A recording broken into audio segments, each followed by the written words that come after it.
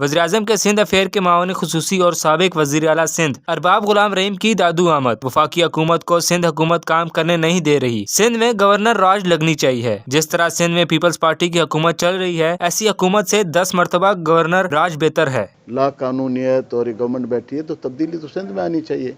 वहाँ क्यों आने, वहाँ तो 3 साल हुए हैं अभी। वफाकी हुकूमत सिंध हुकूमत को 18वीं तरमीम तहत हिस्सा दे रही है। लिखा हुआ आइन में पहला टीयर जो फेडरल गवर्नमेंट है, सेकंड टीयर प्रोविंशियल गवर्नमेंट है, थर्ड टीयर जो है ना लोकल गवर्नमेंट है। जब करप्शन होती है तो महंगाई बढ़ जाती है। आगा सिराज दुरानी के पैसे मिल गए थे, ये पैसे छुपा कर रखते हैं। हुकूमत को कमजोर करने के लिए कोरोना के असरात पर दुनिया में पड़े हैं। इमरान खान ने लोगों को घरों तक पैसे पहुंचाए हैं। सिंध में 12 सालों से लोग तब्दीली चाहते हैं। सिंध में तब्दीली की बेहद जरूरत है। खान साहब 5 साल पूरा करेगा और आने वाला वक्त भी इमरान खान का होगा। जो भी दूसरी हुकूमत आती है मुल्क को मुआशी तौर पर खत्म कर जाती है। पीपल्स पार्टी ने रोटी कपड़ा मकान का ऐलान किया हुआ है। क्या लोगों को सब कुछ मिला है? वज़ीर-ए-आज़म तक सिंध के मसाइल पहुंचाता रहा हूं। अरबाब गुलाम रहीम की प्रेस कॉन्फ्रेंस।